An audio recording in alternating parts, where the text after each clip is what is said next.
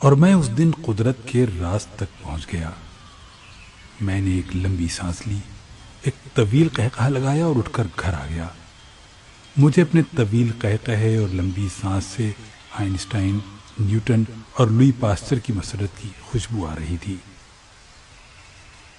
میں نے اس دن جانا سرشاری کی وہ کون سی کیفیت تھی جس میں ارشمیدس پانی کے ٹب سے نکلا اور میں نے پا لیا کے نعرے لگاتا ہوا ننگا گلی میں آ گیا۔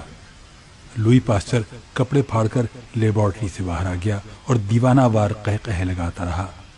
نیوٹن سیب اٹھا کر گاؤں میں دوڑ پڑا یا آئنسٹائن سڑک پر ایک ٹانگ پر ناچنے لگا۔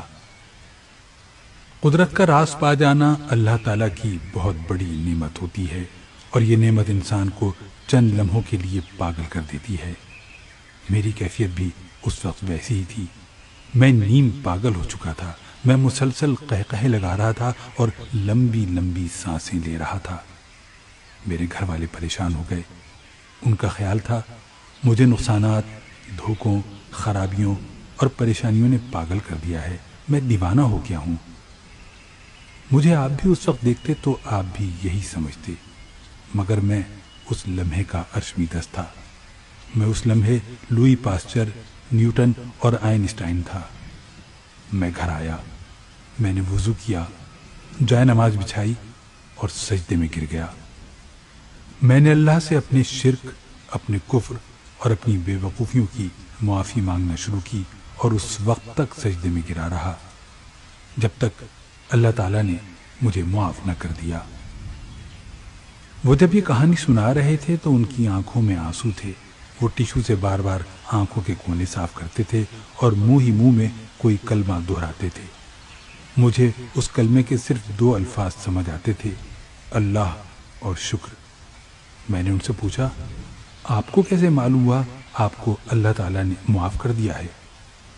ان کے چہرے پر مسکراہٹ آ گئی۔ یہ مسکراہٹ بارش کے بعد کی دھوپ جیسی تھی، نکھری، تازہ اور چمکدار۔ وہ بولے، انسان کا دل اللہ کا مرکز ہوتا ہے، اللہ آپ کے دل میں رہتا ہے۔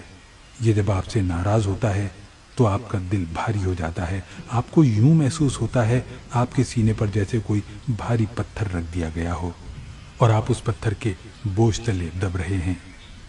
آپ کے اندر جب تک یہ کیفیت رہے آپ جان لیں اللہ آپ سے ناراض ہے، لیکن آپ سے اللہ تعالیٰ جوں ہی راضی ہوتا ہے آپ کے دل کا بوجھ ختم ہو جاتا ہے۔ آپ کو محسوس ہوتا ہے آپ کے سینے کا پتھر اٹھا لیا گیا ہے اور آپ اندر سے ہلکا پھلکا محسوس کرنے لگتے ہیں، اور میں نے اپنے سینے کا بوجھ اترتا ہوا محسوس کیا۔ وہ رکے اور لمبا سانس لیا۔ ان کا سانس ٹھنڈی چائے کے طویل گھونٹ جیسا تھا۔ وہ بولے، میں سجدے سے اٹھا۔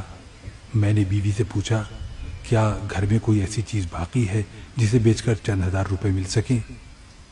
اس نے مجھے عجیب سی نظروں سے دیکھا۔ اس کی نگاہوں میں تعصب تھا۔ وہ ٹھیک سوچ رہی تھی، کیونکہ میں پچھلے 6 ماہ میں گھر کی ہر قیمتی چیز بیچ چکا تھا۔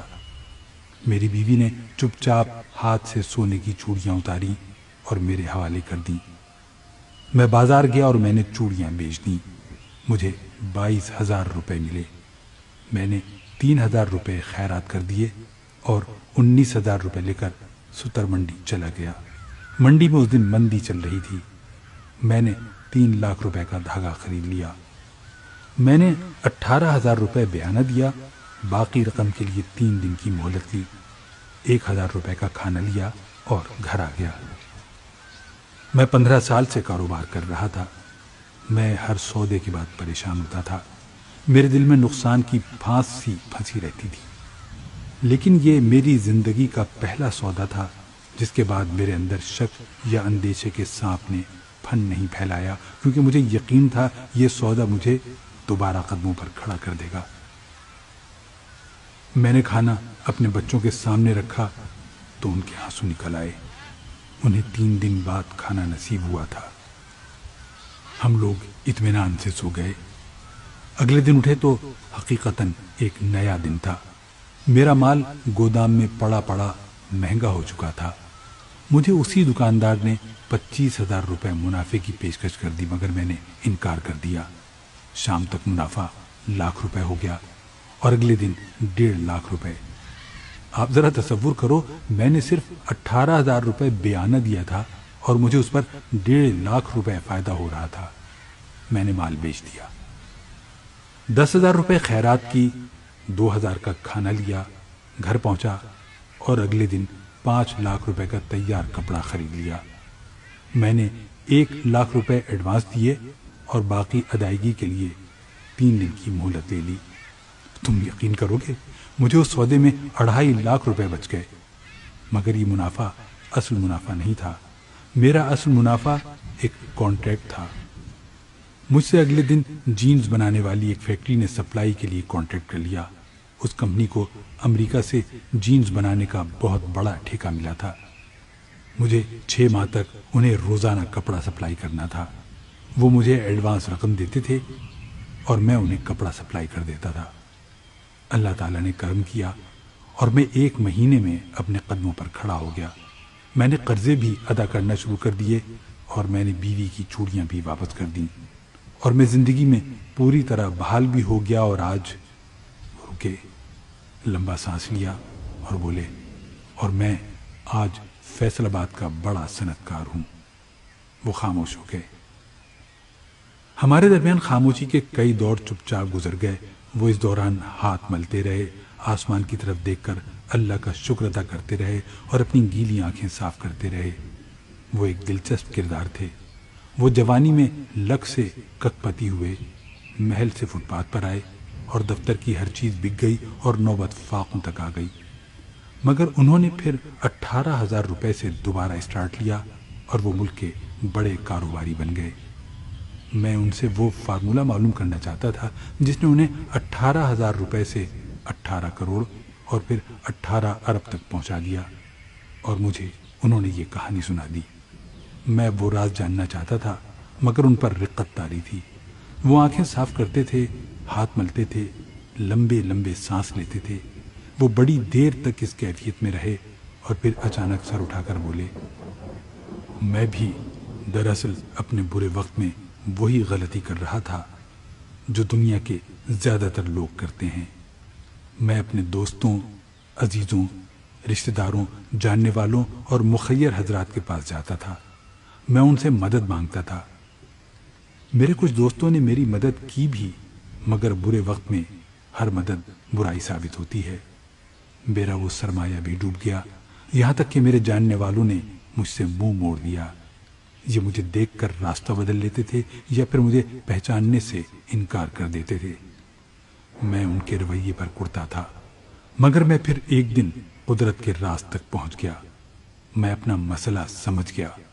مجھے محسوس ہوا یہ مصیبت اللہ کی طرف سے بھیجی گئی ہے، اور میں جب تک اس کے حل کے لیے لوگوں کے پاس جاتا ہوں تو اللہ مائنڈ کر جاتا ہے۔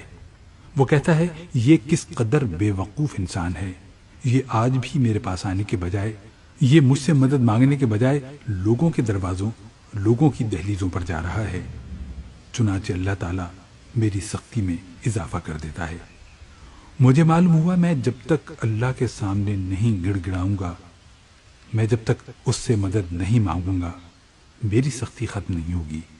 چنانچہ میں نے وضو کیا اور اللہ کے در پر ماتھا ٹیک دیا، اور اللہ تعالیٰ نے میرے سر سے مصیبتوں کی دھوپ ہٹا دی۔ اس نے میرے راستے کھول دیے۔ حاجی صاحب نے لمبی آہ بھری اور بولے، آپ مصیبت میں جب بھی کسی انسان کی طرف دیکھتے ہیں تو اللہ مائنڈ کر جاتا ہے اور آپ کی مصیبت میں اضافہ ہو جاتا ہے۔ لہذا میری نصیحت پلے باندھ دو، برے وقت میں کبھی کسی انسان کے دروازے پر دستک نہ دو، صرف اور صرف اللہ سے رجوع کرو، تمہاری مصیبت ختم ہو جائے گی۔ یہ قدرت کا بڑا راز تھا اور اللہ تعالیٰ نے مجھ پر کرم کیا اور یہ راز مجھ پر کھول دیا۔ وہ چلے گئے، لیکن جاتے جاتے مجھے بھی ارشمیدس بنا گئے۔